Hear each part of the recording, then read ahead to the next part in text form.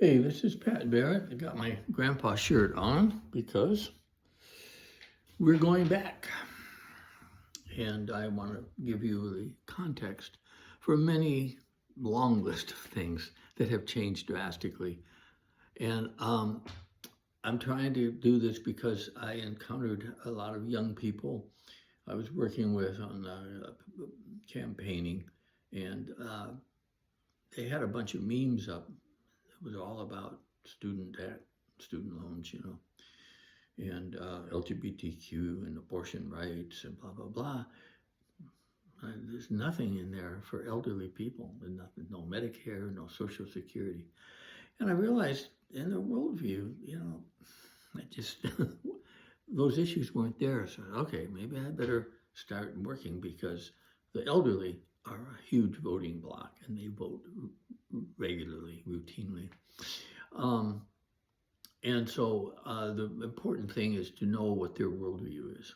Because if you're going to message them, as they say these days, you've got to understand their worldview. And 10 years old seems to be when people become aware of the world around them. I saw a video about that once and it really struck me. And it sets your worldview.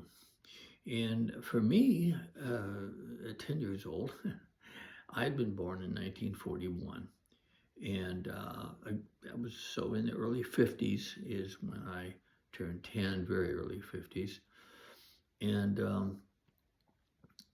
I had in my mind, Pearl Harbor, the attack on Pearl Harbor by the Japanese Empire was the big moment. My dad went to war. And right after the war, the question people ask, what did your daddy do during the war? A lot of women went to work in factories. Jobs were closed to them before, but they needed the labor. Also, Black people benefited from that, and they began getting jobs they could not get before. And, the only war that was anything like World War II was Vietnam. That was, 50 years ago, ended in 1974. And I was struck by the fact that a young babysitter, 16 years old, this was in the early 70s, and we came home one day and she was watching TV and there was news footage from Vietnam, the combat and everything. And I just casually said, well, I'll bet you'll be glad when there's no more war, on TV. She looked at me and said, what do you mean no more war? And I thought of George Orwell, the eternal wars. And that's what they refer to them now as. Only now they're not big wars like Vietnam.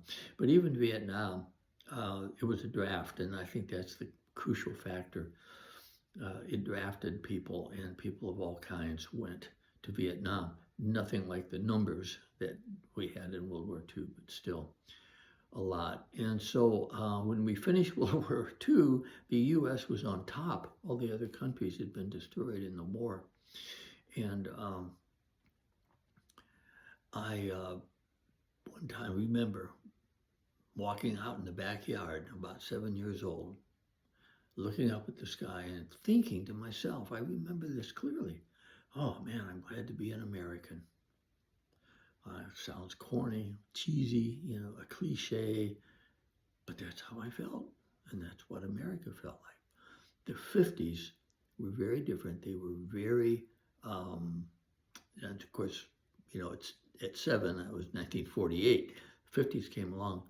The country did great. The economy was great. And many people my age, when we think, well, what did America used to be like? We think of the 50s. But that was a special time. The economy was doing really well. Everyone had employment.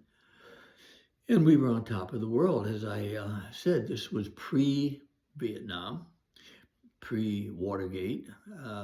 We didn't have those things, see? And those things began to bring us down, starting in the 70s. So the 50s and the 60s. Now, 60s, boy, we got a lot of stuff to talk about there. That's quite the period. So I want to talk to you about how it was for me at age 10, and this is just a list. And there's some changes I just don't want to put up with, like you'll never catch me in a self-driving car. I draw the line there. So I want to start off with having you look at old newsreels if you get a chance, and look at the man in the street, people just walking around in the United States, and look at what they weigh. You don't have the heavy, heavy people that you do now everywhere. Uh, People just in need, and I can talk about the diet we had. Um, my aunt had a phone on the wall, and you took the thing off the cradle, they call it, and you jiggled that, and an operator downtown came on and said, "Who do you want to talk to?" It's kind of, yeah. And we didn't have any freeways. I didn't drive. I was 10. I was 12, I think. No, I was 10, just turning 10, and drove across country. It was a 2-lane highway. Next time you're on one of these state highways with cars passing, think about what it would be like driving for hours and hours at night like that. The computer came along. I got my first desktop in 1993. But back then we had mainframes. We did have them, but they were mainframes. And in college, now this is getting up into the 60s, you had to request time on a terminal. You didn't have a computer, but a terminal attached to a mainframe. You had to schedule it and everything. It was really inconvenience. When you registered for college, you had punch cards, these cards with holes in them, and you had to carry that card around, and they'd take it and feed it into the little machine that counted it to get your classes. Well, my wife enjoyed sports, and girls, I have to say, had half-court basketball. They couldn't play full court. It might hurt their childbearing capabilities. Another thing, look at newsreels of basketball games, professional, from the 40s and 50s, and see how many black players you found. I don't think something happened in evolution that suddenly made black people able to play basketball. There was discrimination, and there were you couldn't see, seldom would you see any kind of disabled person. Mentally disabled, definitely. I already mentioned my uncle brother squirreled away in a third floor bedroom. He was retarded, and I know, we'll get into how words have changed over time, but that was mentally disabled, they would say, right? No going to school, no special ed or anything. Not even people in wheelchairs and stuff, blind, have a white cane. It just, you didn't see that much. Well, what did you see on TV? Well, you had 4 channels. And I remember when public television came in. Oh, and I remember when Disney World or Disneyland or whatever came on TV. That was I saw the first show. I was real excited. No color until the early 70s, so everything was black and white. Going back to this registering for school, tuition when in '59, when I registered for a full load at ASU, was $56. Yeah, $56. My wife was going to the community college, and that cost her $17 a semester, all your classes. $17.